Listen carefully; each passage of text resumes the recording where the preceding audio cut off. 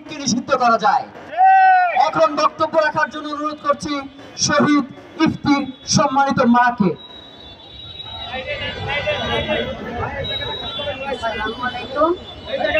আব্দুল্লাহ ইফতিরাম্মা তার মাথায় গুলি খেয়ে বনশিডি রামপুরা থানার সামনে তারা মারিয়ে ফেলেছে। তখন আমার পোলারে জিজ্ঞেস করছে, ছেলেরা দৌড়া তোমার বাসার ঠিকানা কোথায়? তখন বলছে মেরেতে মধুপাড়া। তোমার কে থাকে? আমার আম্মু থাকে। আমি যদি মারা যাই আমার লাশটা আমার আম্মুর কাছে পৌঁছাবেন। ছেলেরা আমার ছেলের লাশ কাঁধে নিয়ে তারা মিছিল করছে এবং আমি বাসা কাজেতে যাই, আমার ছেলে পাই না। আমার ছেলের সাথে মোবাইল ছিল না। তখন আমি বিছায় একদিকে তার লাশ নিয়ে হেবে লাইতে 19 তারিখে রাতে 7টা বাজে লাশ আমি গুরান আদর্শবাদ দিয়ে তুলে নিই। তখন মারা যাওয়ার পরে আমি মেডিকেল নিয়েছি। মেডিকেলতে 20 তারিখে দেওয়ার কথা, হে লাশ 21 তারিখে লাইতে 2টা বাজে দিছি, বেলা 2টা বাজে লাশ দিছি। এখন আমি মারি দিছি দেশে নিয়ে।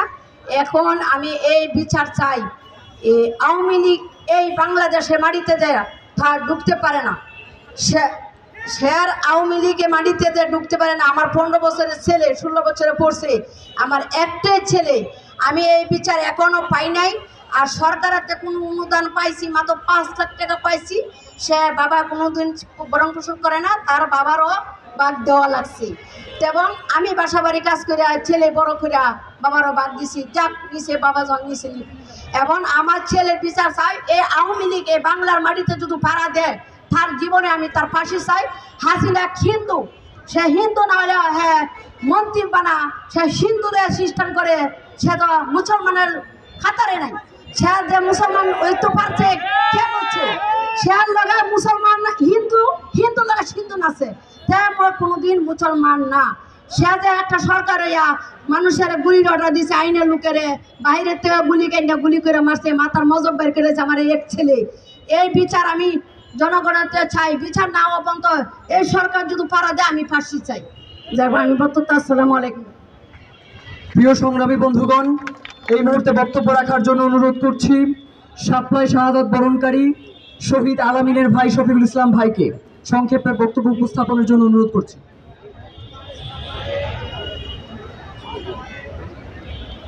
আসসালামু আলাইকুম।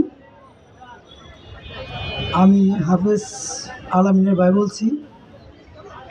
শাপলা চত্বরের ঘটনা তো সবাই জানে, শাপলা চত্বরের বিষয় সবাই জানে, কিন্তু কেউ বলতে পারে নাই। 12 বছর কেউ কথা বলতে পারে নাই। জুলাই আগস্টে পিলখানায় যারা হত্যাকাণ্ড হয়েছে সবাই শহীদ পরিবার। 1 মাস 2 মাস, কেউ 4 দিন 5 দিন পরে বলতে পারছে আমার ভাই নাই, আমার ছেলে নাই। শাপলা চত্বরে যারা চলে গেছে আমাদের এই জালিম সরকার কাউকে বলতে দেয় নাই। আমি বাড়িতে থাকতে পারি নাই। আমি 15 থেকে 20 জন লাশের ভিতর থেকে ওড়ে নিয়েছি ঢাকা মেডিকেলের মর্গের থেকে।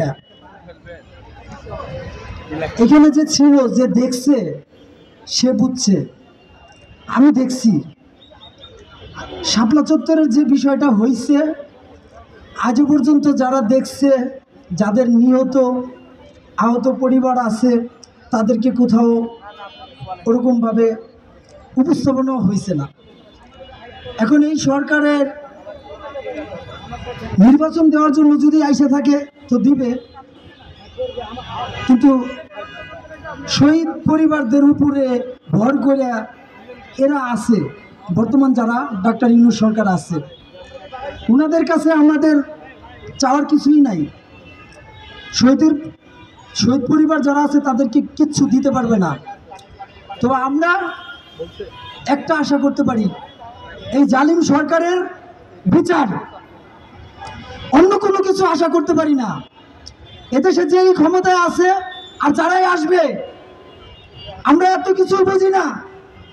আমি বুঝি আমার ভাই, আমার আরো যারা শহীদ পরিবার আছে জুলাই পিলখানায়, শাপলা চত্বর সহ সমস্ত শহীদ পরিবারদের বিচার হওয়ার আগ পর্যন্ত কোনো নির্বাচন, কোনো কিছু হওয়া যাবে না বাংলাদেশে। একটাই কথা, শাপলা চত্বরে যারা এসেছে তারা ইসলামের কয়েকটা দাবি নিয়ে আসছে, জুলাইয়ে যারা আসছে তারাও কিছু দাবি নিয়ে আসছে। পিলখানায় যারা আসছে তারাও কিছু দাবি নিয়ে আসছে। এখন যারা ক্ষমতা আসবে, যারা আছে, একটাই কথা, সমস্ত শহীদ পরিবারদের বিচার। ইনকিলাব বাংলাদেশ জিন্দাবাদ। অসংখ্য ধন্যবাদ।